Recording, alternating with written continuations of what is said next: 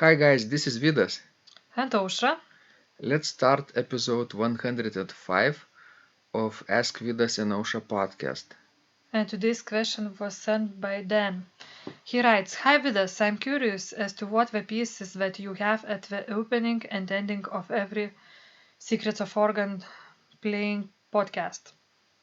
It sounds quite interesting. Is it something which you'd improvised? If so, that's very cool. Take care, Dan. So Vidas, could you explain more about this piece? When we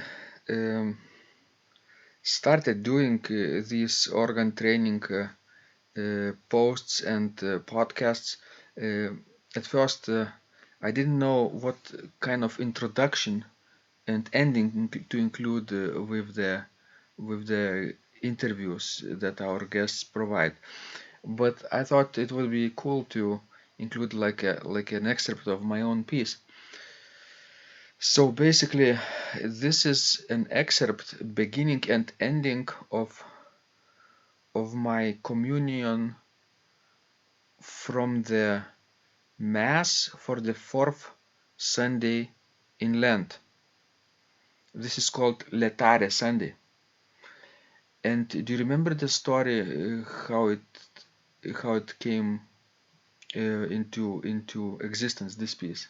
Have I told you? I remember that maybe our friend asked you for some music to compose, or not? Yeah, our colleague and friend Paulus Grigonis, at one time, this was I think back in 2011, was going to go and play for a mass for the fourth Sunday in Lent at one monastery in one small village of Lithuania, and they had just one manual and pedal organ with a few stops.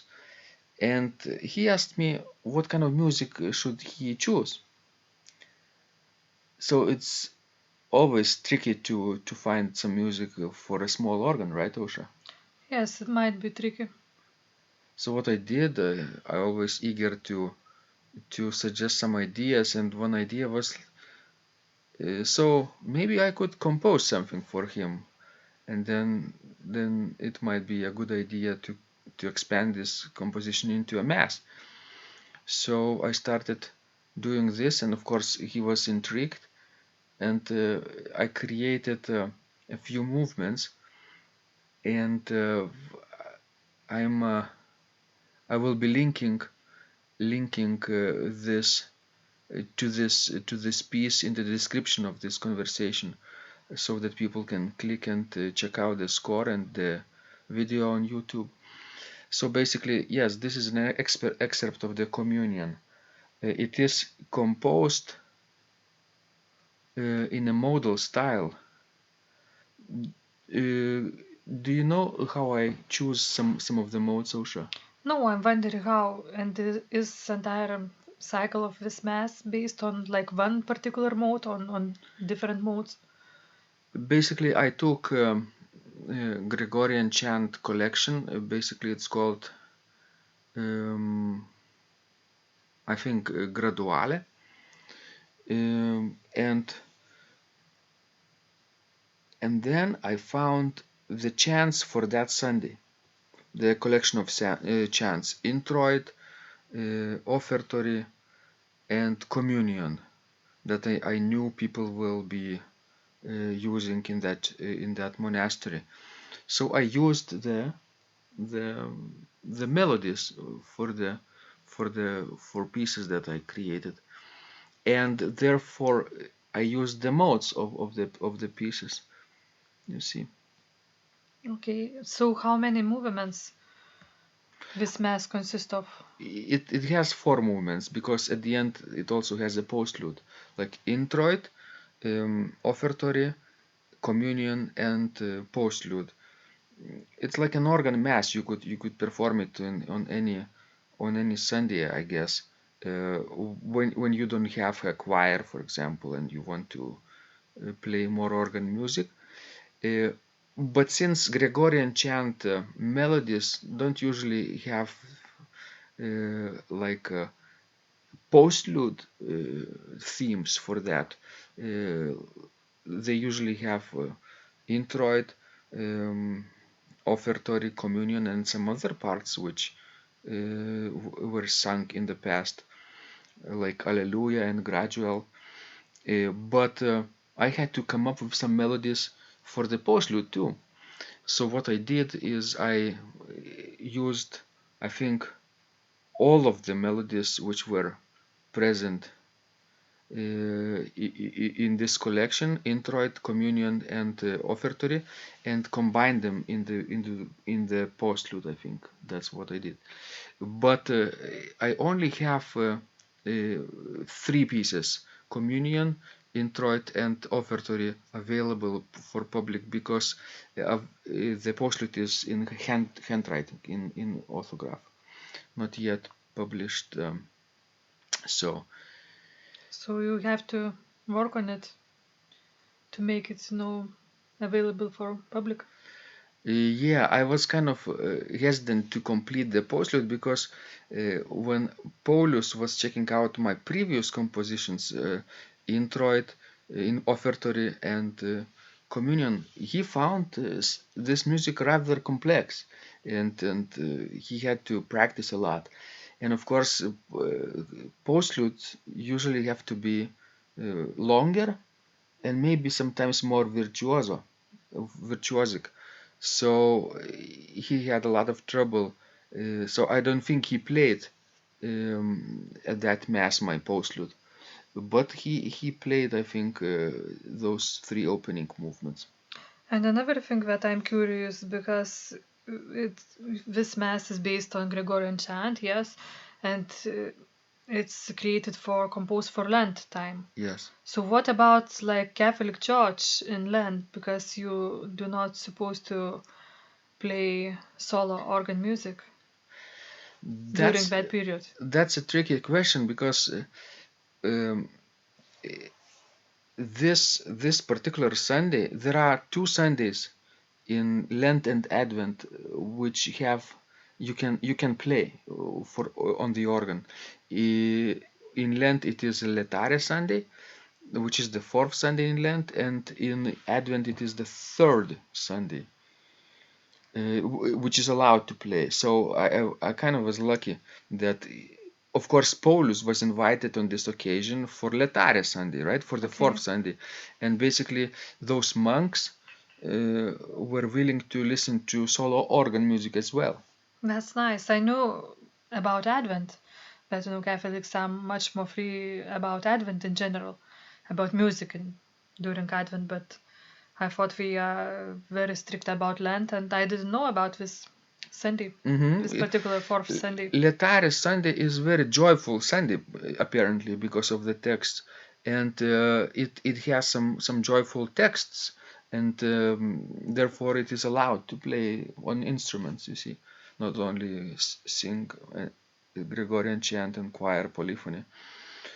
So, but I am not sure if everywhere around the globe Catholic Church has the same rule. You see, local churches, local dioceses have their own regulations, probably, and it doesn't necessarily apply to global Roman Catholic Church.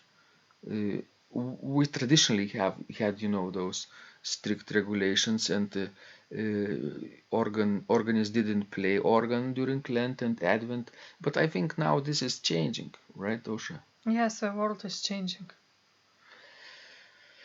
And in our church, we have one stop which is called timpani, right? Have you Yes, tried yes, it? yes. I tried it. I like it very much. Which is apparently suited for processions during Lent and Advent when the organ sound was not allowed. Yes. It's like a drum.